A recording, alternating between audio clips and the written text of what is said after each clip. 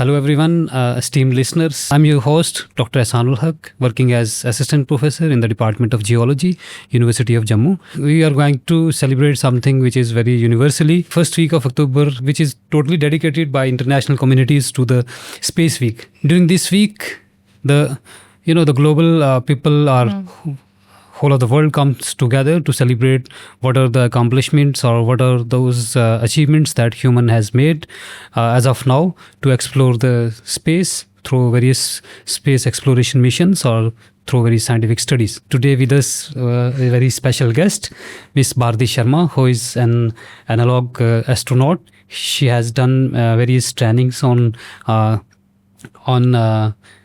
space missions or basically what I would say that on analog studies about planning that we used to do for the space missions. So first of all, Bharti Sharma, thank you very much for accepting over this invitation to join with us and for spending your precious time. And I'll begin with your introduction as you started this career and what are you doing right now? Hello everyone, I am Bharti Sharma and thank you so much sir for inviting me to this radio show. I'm super happy to be here because I'm genuinely excited to see you once again after like 2021 जब मैंने अपना career आपके साथ start किया था. So by profession I am a geologist, planetary geologist to be precise, and I'm analog astronaut by training. And I started my company Adya Planetary and Geoscience Research in 2022, and since then I'm working with space companies, and जब भी उन्हें rover designing करनी होती है या mission planning करनी होती है उसमें I help as a geologist and I provide my research expertise to them. And before that, I have been working in Ladakh since 2021, which was with you, sir. हम लोगों ने साथ में permafrost mapping शुरू किया था, which was like one of a kind project in Ladakh, and not many people are doing that in Ladakh. And because of sir's expertise in Himalayan geology and permafrost, I was able to learn a lot in Ladakh and the instrumentation part. So thanks to you, you started my career in that. And after that, I've been going to Ladakh every year. कई बार same projects में, कई बार अलग अलग projects में, but उस environment को as an analogue, Martian analogue समझने का काम मैंने like within 5 years of span किया. एंड उसकी वजह से Ladakh is my expertise, and maybe because of this I am like confident enough to help space companies जब भी वो लद्दाख में अपना मिशन टेस्टिंग करती हैं या हैबिटेट प्लानिंग करती हैं या EVA प्लानिंग करती हैं. एंड क्योंकि मैं जियोलॉजिस्ट भी हूँ और लाइक स्पेस में इंटरेस्ट है, तो एस्ट्रोनॉट बनना इज़ माई अल्टीमेट एम, और मुझे जाना है मार्स और मून पे. तो एस्ट्रोनॉट बनने से पहले एक हमारे पास एक बिगनर स्टेप आता है, that is to be an analogue astronaut, जो कि सिमिलर ही है ट्रेनिंग में. और हम लोग एनालॉग एनवायरनमेंट्स पे जाते हैं, स्पेस सूट टेस्ट होता है, दो similar food samples are tested on you, तो psychology test are tested on you, sometimes biological test also. तो वो सारी चीज़ों के through I have done like 8 analog missions till now, 6 in Ladakh, 1 in Utah with MDRS, and 1 with Mars Society Australia in the impact craters of Australia. So that is very exciting, and you have done excellent job after 2021. And basically our viewers they are the university students, they are the college students, they are even researchers also. And I'm very much sure that they will get excited by listening to over today's talk. And my questions will be very genuine for those listeners who are from, some of those who are from scientific background and some of those who are from non-scientific background. Definitely over this interaction will going to help all of those students who are there in early career or they are just pursuing their bachelor. What I mean to understand that why India should be excited to celebrate this International Space Week, and why our students, our young generation should celebrate this. This is just a simple question that I just want to ask, so that our viewers can listen to it and they can get ignited and they can start thinking of this. So I believe जब 1960s में space race start हुआ तब it was mostly between USA and USSR, and every country was sometimes struggling, but abhi since 2000 or maybe like 80s 90s से ISRO started playing a huge role in space missions. और हम लोग like as an ISRO as an organization मतलब world में सबसे best है cost effective missions के लिए। जितने में एक हॉलीवुड मूवी बनती है उतने में हमारा एक मिशन हो जाता है। मंगलयान वॉज जस्ट फॉर 500 और 480 crores ओनली, तो which is a huge deal. हम लोग बहुत ज़्यादा कॉस्ट इफेक्टिव बना रहे हैं स्पेस मिशंस को, और अब स्पेस रेस के पार्ट में इंडिया बहुत ज़्यादा बड़ा रोल प्ले कर रहा है कि नासा, इसरो, जाक्सा, ये सब, नासा, ESA एंड जाक्सा सब हमारे साथ कोलैबोरेट कर रहे हैं because of our cost effectiveness and जो हमारा एक्सपर्टीज़ है, जो हम लोग इंस्ट्रूमेंटेशन में काम कर पा रहे हैं, या जो हमारी वेदर मॉनिटरिंग सैटेलाइट्स हैं, because we are a monsoon dependent country, तो हमें वेदर डिपेंडेंट मतलब वेदर मॉनिटरिंग सैटेलाइट ज़्यादा चाहिए, तो हमारी एडवांसमेंट ज़्यादा हो रही है as compare to other countries और अदर स्पेस एजेंसीज। तो वहाँ जो हम लोगों ने लोअर अर्थ ऑर्बिट या मीडियम अर्थ ऑर्बिट में हमारी सैटेलाइट्स को भेज कर या इतना ज़्यादा जो डेटा कलेक्ट किया है, एंड विद निसार लॉन्चिंग और नाविक के साथ हम लोग काफ़ी ज़्यादा अपना एक स्टेज बना रहे हैं कि ISRO is something also. And आगे जाकर इसरो का मुझे लगता है ज़्यादा टाइम होगा विद मंगलयान मिशन, जो हम लोगों ने फर्स्ट अटेम्प्ट में ही ऑर्बिट में बिठाया, विच वॉज सक्सेसफुली और बहुत ज़्यादा कम बजट के साथ। And with Chandrayaan mission also, कि हमारा जो चंद्रयान 3 था वो सक्सेसफुली साउथ पोल पर लैंड किया और सॉफ्ट लैंडिंग हुई, जो कि अगेन एक अपना बड़ा माइलस्टोन है। Then we have Aditya L1 mission as well, जो अब सन को कंटिन्यूसली मॉनिटर कर रहा है। तो because of these missions, because of नाविक मिशंस और जितने भी हम अलग अलग मिशंस कर रहे हैं, चाहे वो लोअर अर्थ ऑर्बिट के हो, चाहे वो डीप स्पेस मिशंस हो, इंडिया काफ़ी ज़्यादा प्रूव कर रहा है अपने आप को स्पेस मिशंस के मामले में। तो अब वो स्पेस रेस सिर्फ 2 कंट्रीज़ या 2 ऑर्गेनाइजेशंस के बीच में नहीं है, इट इज़ लाइक इंडिया की काफ़ी अच्छी पोजीशन है इधर। और दूसरी चीज़, we are moving towards a collaborative environment, कि it is not just about 1 organisation और 2 organisation only, it is more about collaborative approach. क्योंकि हम चाहते हैं कि जब हम स्पेस में जाएं, जब हम अपना एक न्यू प्लैनेट भी क्रिएट करें या हैबिटेट बनाएं, तो उधर कंट्री डिवाइड ना होकर एक कोलैबोरेशन रहे। तो उधर मुझे लगता है कि वर्ल्ड स्पेस वीक जैसा एक इवेंट, एक प्लेटफॉर्म बनता है कि स्पेस इज़ फॉर ऑल, और स्पेस में हम लोग बाउंड्रीज या डिवीजन नहीं देखते हैं, और वहाँ पर ज़रूरत है इस तरह के कोलैबोरेटिव अप्रोच की। तो जो भी इवेंट होते हैं वो सिर्फ नेशनल या स्टेट लेवल पर नहीं होते हैं, वो लाइक ग्लोबल लेवल पर है, और उनकी आउटरीच भी ग्लोबल लेवल पर की जा रही है। जब हम स्कूल में इवेंट ऑर्गेनाइज करते हैं तो we talk about ISRO's achievement, but वो उस टाइम पे जब हम लोग उनको एक करियर बिल्डिंग वर्कशॉप के बारे में बता रहे हैं, तो वो सिर्फ एक स्पेसिफिक कंट्री या एक स्पेसिफिक ऑर्गेनाइजेशन के अकॉर्डिंग नहीं बताते हैं, वो ओवरऑल ग्लोबल लेवल पे क्या सिनेरियो है उस वजह से बताते हैं। और with privatisation of space industry, उस वजह से बहुत सारे स्टार्टअप्स जो हैं वो इंडिया में लॉन्च हुए, और छोटे से छोटे पार्ट तक से लेकर रिसर्च एक्सपर्टीज़ देने तक बहुत सारे स्टार्टअप्स और कंपनीज काम कर रही हैं इंडिया में। तो it is the it is our time for space, and India उसमें काफ़ी अच्छे से दिख रहा है। तो we should be part of World Space Week. We should be celebrating that thing in India. That is excellent. So you have very well explained that why shouldn't we be the part of space mission or the World Space Week, International Space Week that we usually call it as. So you definitely, everybody has the right to think about space, to talk about space and to work on space. And space science is not just to land on Moon or Mars or other planets. Space science is about whatever we study about the atmosphere with the help of satellite, like weather forecasting, early warning systems, and disaster management. All of these things comes under the space science. Yes, sir. So everybody has the legal rights to think about and to do work or to write something based on facts and figures about the science. Yes. So indeed, it was a great role that India has played from the last few years, few decades even. And in fact, we are having a very huge potential and many of the dream projects in our pipeline. Yes, so. sir. Many of our viewers who are not from this scientific background, they are from other background, like they are from business management, they are from tourism department, they are from kind of legal studies they are doing, they are from communication, they are from other fields.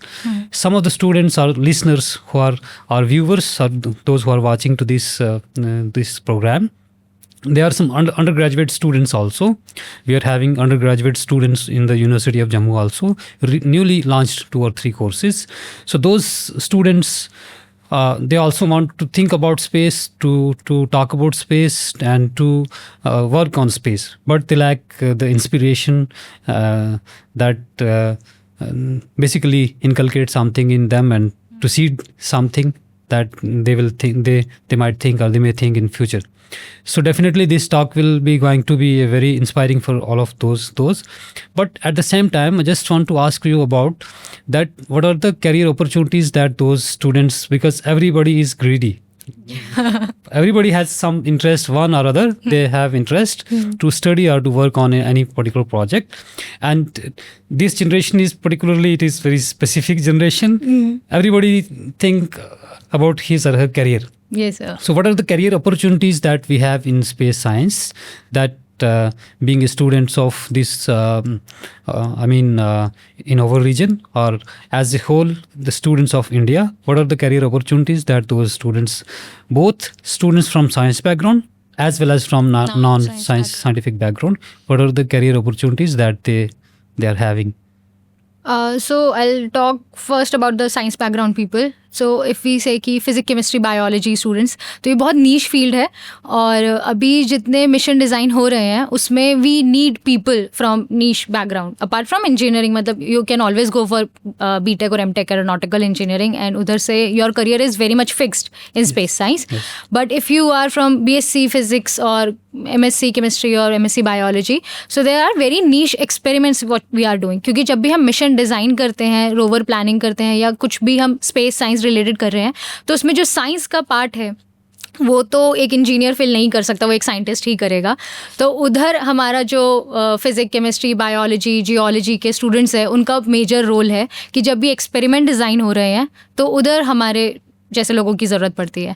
Physics background के लोग specially astronomy में ज़्यादा काम कर रहे हैं. जब भी थियोरेटिकल फिज़िक्स की बात आ रही है या एस्ट्रोनॉमी रिलेटेड काम आ रहा है, क्योंकि एस्ट्रोनॉमी भी काफ़ी वाइड फील्ड है और जिसमें आप मास्टर्स या PhD के टाइम पर ही अपना डोमेन चूज़ करते हो. बट बैचलर्स और मास्टर्स तो आपकी फ़िज़िक्स ही रहेगी, तो वहाँ से आपको एक अच्छा बेस मिल जाता है. तो एस्ट्रोनॉमी रिलेटेड स्टफ और फिज़िक्स एंड केमिस्ट्री, बिकॉज हम लोग कॉस्मो केमिस्ट्री में बहुत ज़्यादा पढ़ते हैं और ओरिजिन ऑफ लाइफ हमें वहीं से पता चल रहा है. Life everything. और हम लोग जितना भी एस्ट्रॉइड माइनिंग या जो भी हम एलिमेंट्स को एक्सप्लोर कर रहे हैं, एटमॉस्फेयर पढ़ रहे हैं, वो सब हमारा केमिस्ट्री नॉलेज से ही आ रहा है. तो उधर उनकी लाइक कॉस्मो केमिस्ट्री में उनके पास एक स्कोप है. एंड फॉर बायोलॉजी, क्योंकि अब हम जा रहे हैं स्पेस में तो लाइफ तो ढूंढेंगे ही. तो बायोलॉजी वाले एग्रीकल्चर में भी काम कर रहे हैं, वो लोग माइक्रोबायोलॉजी लाइफ पे भी काम कर रहे हैं, एस्ट्रोबायोलॉजी में तो कर ही रहे हैं और उसी से रिलेटेड एक्सपेरिमेंट्स भी डिज़ाइन हो रहे हैं. स्पेशली जो बायोटेक्नोलॉजी वाले स्टूडेंट्स हैं उनका काम जो स्पेस लाइफ है या एलियन लाइफ है उसको पढ़ना भी है, साथ साथ जो ह्यूमन फैक्टर्स है उनके बारे में भी पढ़ना है. क्योंकि कई बार ISS के मिशंस या जो भी हम हमारे एनालॉग ट्रेनिंग में भी काम करते हैं, वो चीज़ हेल्प करती है to make human life better on Earth. क्योंकि आप टेस्ट करते हो कि जो हमारे स्कैन हो रहे हैं या जो भी हमारे ब्लड टेस्टिंग हो रहे हैं, हमारी बॉडी कैसे रिएक्ट कर रही है ज़ीरो ग्रेविटी में, उसका कुछ ना कुछ इम्प्लीकेशन निकाल कर हम लोग हमारी मेडिसिन को एडवांस कर रहे हैं. तो स्पेस मेडिसिन में जितना MBBS के लोग या बायोटेक्नोलॉजिस्ट काम कर रहे हैं उतना ही एक BSc MSc स्टूडेंट काम कर सकता है, स्टार्टिंग फ्रॉम देयर इंटर्नशिप्स. और इंटर्नशिप्स के लिए they can always reach out to PRL, SAC और IRS में जा सकते हैं. IRS में तो फिज़िक्स केमिस्ट्री बायो वाले सभी आते हैं, तो वहाँ जा सकते हैं. Birbal Sahni institute of paleo sciences वहाँ पर, और IISc त्रिवेंद्रम और बैंगलोर में जो ह्यूमन एप्लीकेशन के ऊपर काम चल रहा है एयरफोर्स का, उधर they can apply. So for science background this is the route for physics chemistry biology and geology. And for non science background, because हमारा मोटो स्पेस में हमेशा से ये रहा है कि स्पेस इज़ फॉर ऑल, हम किसी को भी पीछे नहीं छोड़ना चाहते. तो स्टार्टिंग फ्रॉम लॉ बैकग्राउंड, तो space advocacy is the domain for them. Space law के courses are certificate programmes. Good thing is कि आप किसी भी बैकग्राउंड से आप स्पेस लॉ में पढ़ाई कर सकते हैं.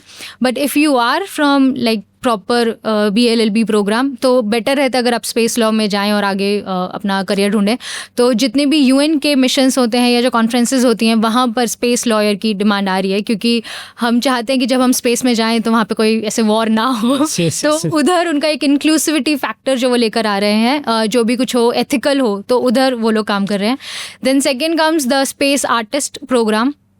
तो स्पेस आर्ट भी ज़रूरी है. हम जितने मिशंस वहाँ भेज रहे हैं उधर कुछ ना कुछ आर्ट फॉर्म जा रही है, कुछ म्यूज़िक का जा रहा है, कुछ फोटोग्राफ्स जा रही हैं. तो space art is also a field if somebody wants to explore. तो स्पेस आर्ट में अभी जॉब्स नहीं हैं, वो एक क्रिएटिव फील्ड है और आप अभी अपने एक फ्रीलांसिंग मोड पर एक्सप्लोर कर सकते हैं. बट एज सच अभी जॉब्स तो नहीं है स्पेस आर्ट में. Then comes the business management, क्योंकि प्राइवेटाइजेशन हो गया है. मैनेजमेंट तो एवरीथिंग नीड्स. हाँ, अभी हम साइंटिस्ट को कैसे बोलो तुम बिजनेस चलाओ, तो उधर उनको नीड जो आ रही है बिजनेस मैनेजमेंट की या मार्केटिंग की, उधर scientist are lacking so much. तो इसलिए हमारा भी दोनों में थोड़ा सा ऐसे हो जाता है. उधर we need people from commerce background. या there is a huge scope for people who can handle space companies और हु कैन हैंडल. तो मेजर स्पेस कंपनीज जो मतलब इंडिया की ना बात करें तो वर्ल्ड में जितनी मेजर स्पेस कंपनीज हैं they are not handled by scientist at all. वो सब प्रॉपर मार्केटिंग पीपल हैं और MBA गीक्स हैं. तो yes we need people from business background as well. तो इस तरह से we are covering everyone in the space domain. और हाँ, राइटर्स की कभी कमी नहीं आएगी. Space journalism is also building new thing tourism is also. yes, and I can count people from India. There are like only 5 people who are writing about space. So there are only 5 space journalists. तो जिनका journalism interest है, they can actually take it to another level. And newspapers और magazines को बहुत ज़्यादा need रहती है कि स्पेस जर्नलिज्म के ऊपर लिखा जाए, क्योंकि जब भी आर्टिकल्स आते हैं either they are from the scientist but they are not from proper journalism background people. So वहाँ एक डोमेन है जो फैक्चुअली चेक करके एक अच्छा आर्टिकल निकाले कि ताकि इसरो की भी ज़्यादा ऐसे marketing ho. That is very great. I was also not knowing about all of these things, like writing about the space. So I just want to get your feedbacks or your experiences that you have during your 2 analog missions that you had done. One at this one in Australia and second one is in Utah. So what are the challenges that you have faced during those training, and what were the opportunities that you it was an exciting mission for you, and it must have some challenges also. So those challenges, be it a financial challenge or was it a sponsored project, or other than this, what are the challenges that if our students or any of the listener that is any of the viewer who is watching this video, if he or she may face and how to come up of this, can you please so these analog missions are expensive when they are like when you are bearing the cost in Indian rupees. वैसे ही बहुत कम expensive हैं क्योंकि वो student friendly हैं, वो जो training के लिए बना रहे हैं. But when it comes to Indian money तब वो एक्सपेंसिव हैं. दो माइन वॉज स्पॉन्सर्ड एंड जो मेरे फ्रेंड्स भी गए उनका भी स्पॉन्सर था. तो you can always look out for government sponsorships, क्योंकि हम जब एनालॉग एस्ट्रोनॉट ट्रेनिंग कर रहे हैं तो जो भी हम डेटा कलेक्ट कर रहे हैं वो एक नॉलेज पूल में जा रहा है. तो most of the time you get sponsors for it, but आपको अपनी आउटरीच बहुत ज़्यादा करनी पड़ती है. You have to reach out to the government, you have to reach out to the scholarships और to the NGOs and trust. तो वो स्पॉन्सर कर देते हैं. तो yes, it is a big cost अगर आप खुद से पैसे दे रहे हैं, but you get sponsors for these things. तो मेरे स्पॉन्सर तो थे तो मुझे पूरी कॉस्ट बेयर नहीं करनी पड़ी. But yes, and then the training was very good. क्यों मुझे लिया गया था क्योंकि मैं एक फील्ड पर्सन हूँ, जियोलॉजिस्ट हूँ. तो दे वर वेरी हैप्पी कि ठीक है एक साइंस लीड आएगा हमारे साथ. एंड ये एनालॉग एस्ट्रोनॉट ट्रेनिंग में आपको सब कुछ एस्ट्रोनॉट जैसा ही करना होता है. You have to wear a space suit, आपको हमेशा सिमुलेशन में रहना है, कंट्रोल्ड एनवायरनमेंट में रहना है, फ़ोन बिल्कुल यूज़ नहीं कर सकते. तो लाइक आउटसाइड वर्ल्ड से आप बिल्कुल भी कनेक्टेड नहीं होते हो फॉर दैट पीरियड. तो हम लोग जब MDRS में थे we were there for 2 weeks and हमारा फ़ोन यूज़ नहीं हो रहा था.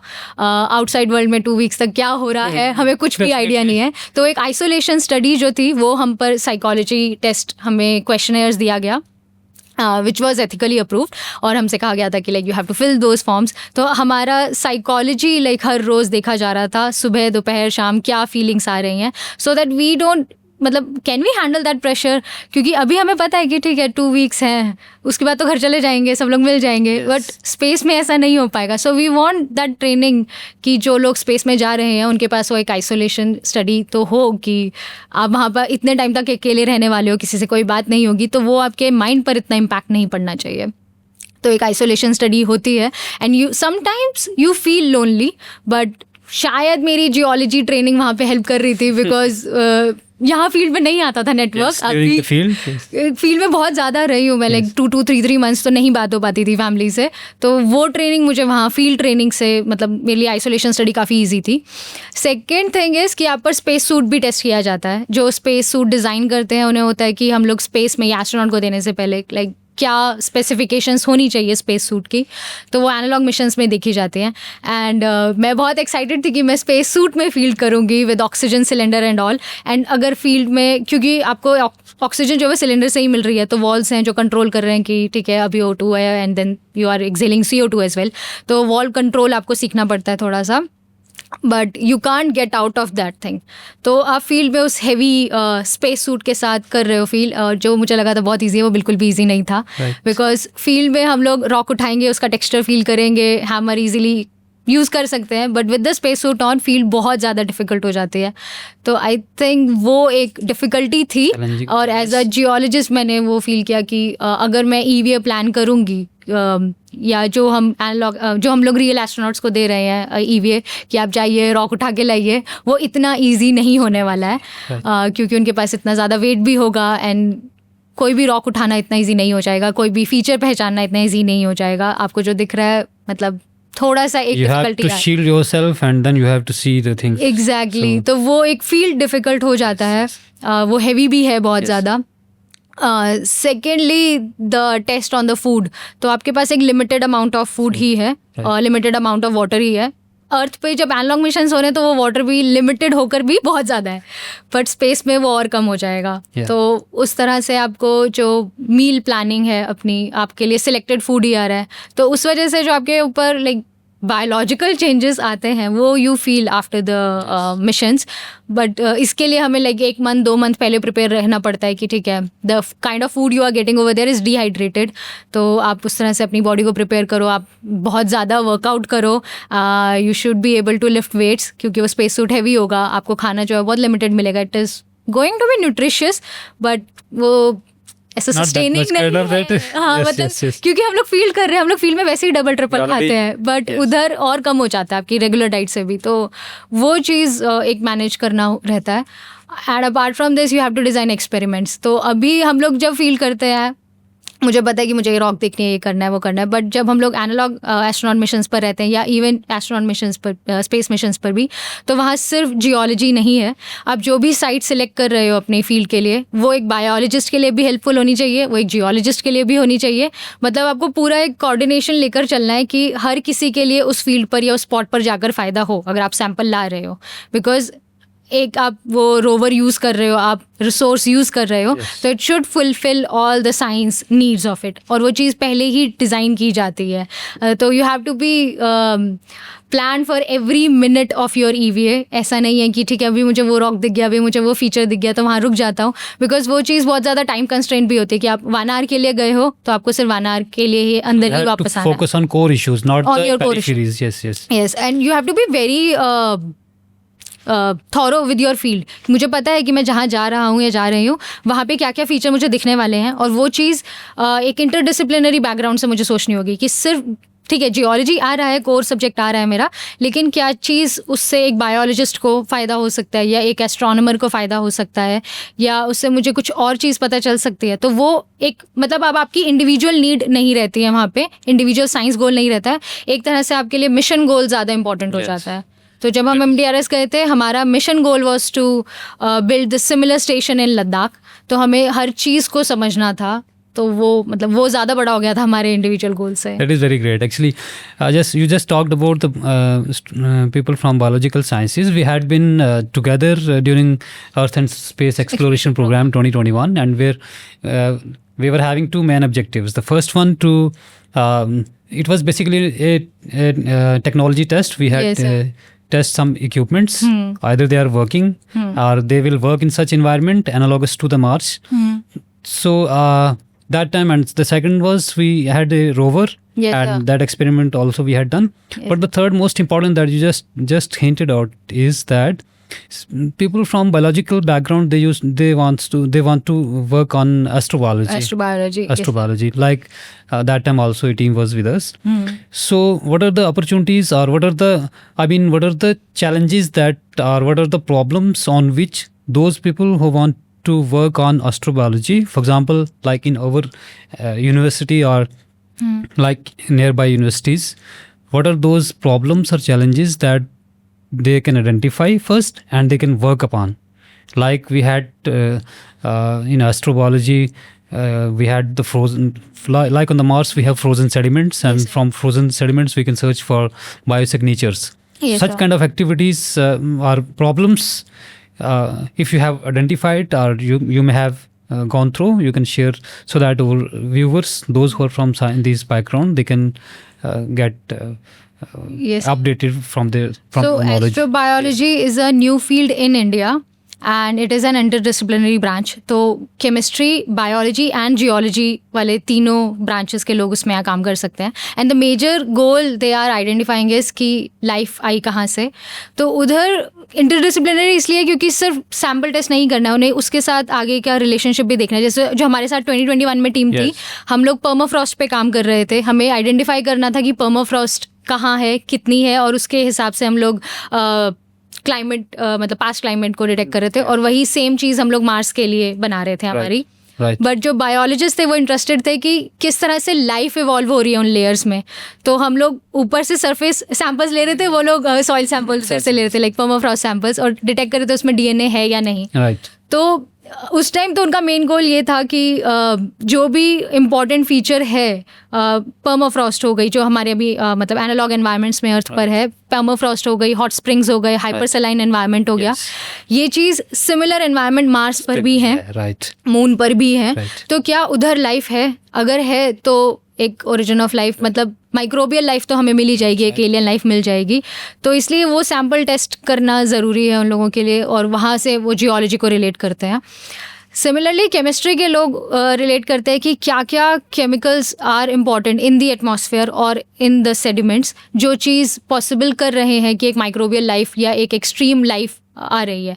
तो लद्दाख एक is a very good field laboratory for astrobiologist, Exactly. कि वो जितने भी हमारे एनालॉग एनवायरनमेंट्स है सब जगह पे वो डीएनए टेस्ट कर रहे हैं. एंड ये स्टडी मतलब 21 में स्टार्ट की थी यूनिवर्सिटीज़ ने, बट अभी भी चल रहा है, और इसमें और ज़्यादा कुछ ना कुछ मिलता जा रहा है क्योंकि माइक्रोबियल लाइफ बहुत ज़्यादा डाइवर्स है इन एरियाज़ पे. तो यहाँ पे एक स्कोप है कि आप सिर्फ टार्डिग्रेड नहीं, आप और भी चीज़ें ढूंढ सकते हैं कि किस लेवल पर माइक्रोबियल लाइफ है, क्या क्या एलिमेंट्स ज़रूरी हैं उनके एग्जिस्टेंस के लिए, और किस तरह से जियोलॉजी उसको सपोर्ट कर रही है. Yes. कि क्या जियोलॉजिकल कंडीशंस होने चाहिए एक एक्सट्रीम लाइफ के. तो Like some frozen sediments. Frozen sediments होने yes. चाहिए. हॉट स्प्रिंग्स में तो किस तरह की लाइफ है, सिंटर डिपॉजिट्स में, Yes. और हाइपर सलाइन में किस तरह की आ रही है. बिकॉज लद्दाख पास्ट विंडो है मार्स का. Yes. मार्स थोड़े टाइम पहले हम ये मानते हैं कि Kind of Ladakh such conditions. such conditions Yeah. were there. तो हम पास्ट लाइफ को वहाँ से समझ रहे हैं. And apart from Ladakh we have Kutch area, we have impact craters, कि वहाँ पे लाइफ कैसे है. तो apart from Ladakh in India, Kutch को बहुत ज़्यादा भी एक्सप्लोर नहीं किया गया एस्ट्रोबायोलॉजिकली, या इम्पैक्ट क्रेटर्स को भी एक्सप्लोर नहीं किया गया. तो वहाँ पे बहुत बड़ा एक डोमेन है एस्ट्रोबायोलॉजिस्ट के लिए, और ये एक इंटरडिसिप्लिनरी ब्रांच है.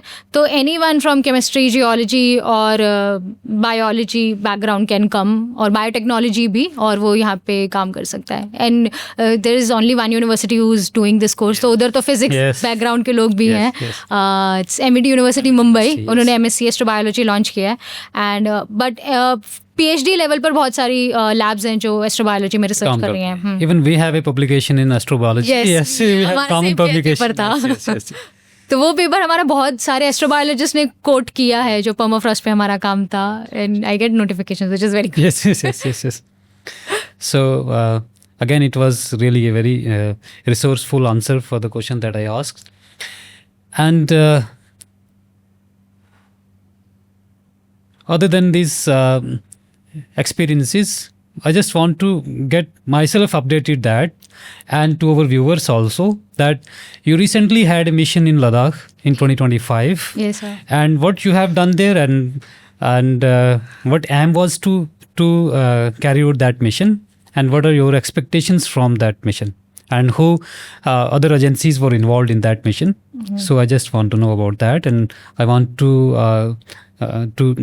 these listeners also, or these viewers also, they will get updated about this. So Ladakh as I said कि एक फील्ड लेबॉर्ट्री है स्पेस साइंस के लिए, and this mission which happened in 2025 was planned in 2016 जब NASA का space word bound हुआ था, जिसमें Siddharth sir who is the owner of Protoplanet company and Vineeta ma'am जो हमारी मेंटोर हैं बीरबल साहनी से, so they were all there in 2016 and it was decided then and there कि अगर एनालॉग एस्ट्रोनॉट मतलब फैसिलिटी बनेगी इंडिया में तो it has to be in Ladakh. तो हमारा जो 2024 का एनालॉग एस्ट्रोनॉट मिशन था MDRS यूटा में, उसका मिशन गोल यही था कि हम सब वहाँ जा रहे हैं, सीख रहे हैं, वो सारा नॉलेज बेस हमें वापस आकर लद्दाख में लगाना है, हैबिटेट डिज़ाइनिंग में या EVA प्लानिंग में। तो वहाँ 2016 से शुरू हुआ, हम लोग 2021 से इन्वॉल्व हैं सर के साथ, बट ये एनालॉग एस्ट्रोनॉट मिशन वाला चीज़ जो था वो 24 में हुआ, एंड देन 2025 में इट वाज बिल्ट जो होप प्रोजेक्ट है। तो Protoplanet is the nodal agency और I can say space startup started by professor Siddharth Pandey, जिनके साथ हमारा earth and space exploration programme भी हुआ था। तो it was his idea to have a habitat in Ladakh, and जिसमें इसरो के साथ कोलैबोरेशन हुआ है, and they have built a really good habitat in Ladakh which will be there for this year and next year as well, and वहाँ पे back to back हमारे analog missions होंगे। And then there were some other organizations like IIT Bombay and IISER Trivandrum and ISC, तो ये सारी institutes are involved, and then apart from that Jaguar Space is also involved, and other space companies are also involved. I'm so sorry, I'm forgetting their names. But yeah, nice. ISRO and Protoplanet and Jaguar are the main things. And for the science experiments, these IIC and IITs were involved. Adya, my company, has a collaboration with Protoplanet for the knowledge base for these EVA designing and for the space habitat in general. So I was there as a part of the crew between two worlds. And I was also part of the Spaceward Bound team, but I couldn't go there during that field. So I was there for the Between Two Worlds. And I was teaching the University of Ladakh students the planetary geology, and there were some other students as well. So my job was to train these students from different backgrounds, geology, geography, biology, astronomy, what planetary geology is and why we have chosen Ladakh as a analog site, क्या क्या उसके features हैं जो Mars से related हैं, and how it is going to help us build a good habitat here. And ये habitat design में हमारे 2 एस्ट्रोनॉट्स सिलेक्ट हुए थे, Yaman Akot and Rahul. They are very good friend of mine as well. So they were are test subjects over there, and these IITs and ISCs have conducted some research on them, both biological and psychological. So they were performing those tests on themselves for regular 12 days, and it was an isolation study.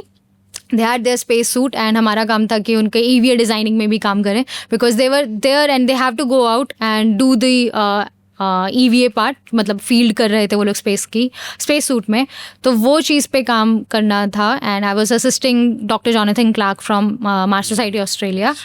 तो हमने इस तरह से उनका plan किया था. And apart from this, the Mars Society Australia का ही एक रोवर था जो मैं काम करती हूँ उनके साथ. So we had a very small prototype जो हम लद्दाख में टेस्ट कर रहे हैं. It was first tested in MDRS Utah in 2024, and then उसमें कुछ एडवांसमेंट करके हम उसे लद्दाख में लेकर आए कि हम उसमें हाइपर स्पेक्ट्रल इमेजरी चेक करेंगे, हम उसमें UV कैमरास के साथ फ़ोटोज़ क्लिक करेंगे, और भी सेंसर्स हमने टेस्ट किए. तो उस रोवर का जितना जियोलॉजी पार्ट था, जो भी सेंसर रिलेटेड पार्ट था, वो I was helping Mars Society Australia, and they were building this prototype, and it was a successful mission, both habitat wise and the rover wise and the overall goals as well. तो उधर experiments geology related हुए, biology related भी हुए, and everything was very interdisciplinary. And this is just the start. मतलब start तो खैर 2021 में हो गया था, but as a protoplanet company and as Protoplanet and Aadya का कोलैबोरेशन है started in 2025, and it is going to be next year as well, and it will be continuous. So now students को जैसे मैंने बोला था कि these missions are very financial burden, तो but Ladakh will not be a burden for an Indian citizen, क्योंकि वो काफ़ी कॉस्ट इफेक्टिव उनके लिए रहेगा. तो क्योंकि वहाँ पे इसरो के टीम भी थे, and captain Angad Pratap Singh was also there, who is our Gaganyaan astronaut. तो उनका भी ये मानना है कि जब हम लोग स्पेस में जा रहे हैं, we need people who are trained as analog astronauts, ताकि जब हम स्पेस में जाएं, हम लोग एक न्यू बाय नहीं है. We have the base knowledge from these analog astronaut missions. So we need mission like these. We need people who are trained in these missions. तो ये इसरो की हेल्प के साथ और भी ज़्यादा कॉस्ट इफेक्टिव भी है और ज़्यादा साइंटिफिक है अपने आप में. तो आई एनकरेज पीपल जो those who are interested in doing this analog astronaut training. तो we have our own station in India now. That actually I just want to know about, and I wanted to convey to the listeners that if you want to join such program in Ladakh, so every year they used Yeah. to conduct, and you can just join by using some registration fee, Yes, and then we will be launching your these. Yeah. travel expenses will be there on, and remaining things like they can also manage the things, but they need some. Even they you can get need- sponsorship from the university also. We You are can get the having- sponsorship from state or from your state, from university also. Another student also from Ladakh, she went for this training, and she also got some sponsorship from different agencies. Agencies, So the yes. students, they can get sponsorship from either from different organizations or from their own department from the University of Jammu, in order to attend if they want to attend the program in Ladakh. So that was really an exciting story that you told and that you shared. I'm very happy to listen all of these things, that because I have seen you growing From the base, in 2021 when we had this giant Earth and space exploration program. Then after that, I used to see your company's profile. Then after that, you have number of activities. Those activities are also keep on watching, noting, and all those things. And your podcast also. That also these students can subscribe and they can get inspired. I'm sure that this conversation or this talk will definitely ignite many young minds, many brilliant minds. And we don't know how many of astronauts they will be, those who are listening to this, or how many of scientists they will be, how many of they will go to the space. We don't know. We expect that as maximum as possible brains will get ignited from you over this talk, and I'm very much thankful for you to give this opportunity to our esteemed listeners, and Thank you, sir. to giving your valuable time. Thank you so much, So- sir. And I want to say that I started my planetary geology career with you. I was guided by you in that extreme environment. That's And I can never say no to you. for because this. of that, I'm very happy to just Thank you so share much, this. sir. It means a lot to me. Thank you very much. We are looking going to space. we are going to space. We are looking to the stars, and everything is in stars. Yes. Everything is in stars.